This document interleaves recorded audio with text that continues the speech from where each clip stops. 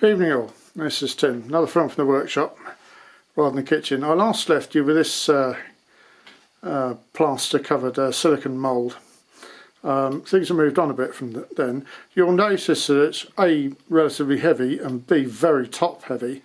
So I started to think through the nitty gritty of pouring the resin and realised pretty quickly that trying to balance this on anything was asking for great trouble. So using my elite carpentry skills, I've fabricated this out of odds and sods that were already lying around the workshop.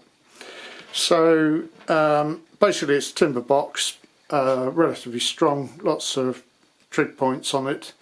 Notice that these thicker ones around here are set at opposite angles so that it can't collapse by twisting, because there's always one that's opposing it. And then there's just 3 sticks of wood on the top wrapped in foam, and that will take the plaster portion of the mould quite happily.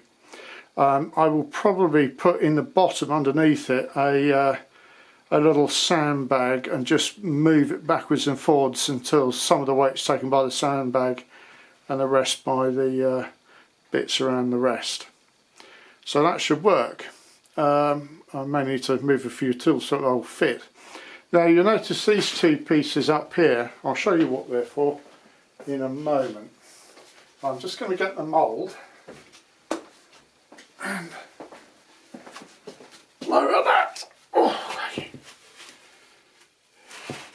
That basically goes in there like that, and then I can rapidly level it, which is going to be important. So that's level 4 aft.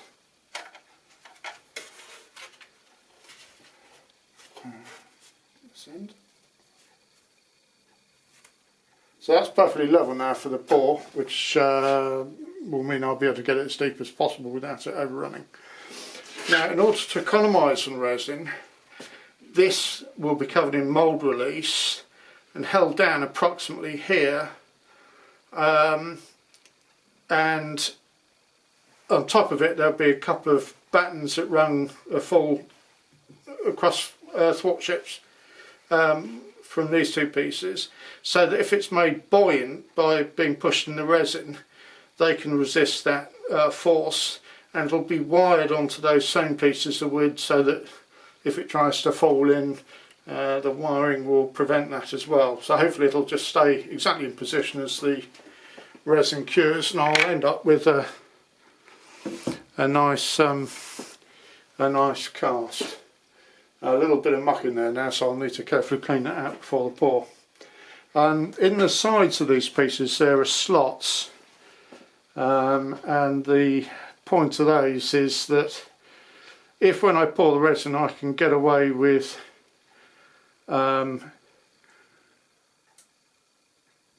if I need to put them down rather, in order to depress this further into the resin, then I can do that, or I can raise it to vary the amount of submersion that this part gets, because I don't want to be fooling around trying to find solutions to that problem whilst the resin's curing, which would be a very bad game indeed.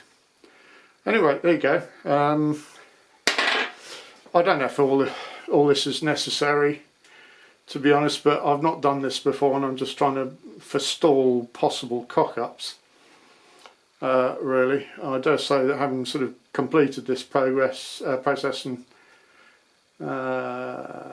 you know, sanded the resin mould to within each of its life and cast it and so on, that it'll become obvious that some things didn't need to be as engineered as they were. But for the moment, I'm just playing it safe.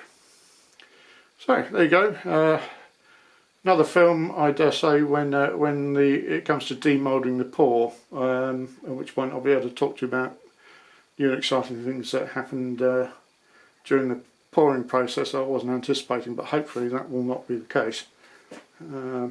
So we've got loads of resin just out of shot, and those that white tub there is another one the same underneath it, and yeah, So the next thing really is just going to be finishing off this. There's a little bit more sawing to do, just to make the bits that go across the top, drilling a few holes in the OBS pattern, and then this can be put to one side ready for the pour.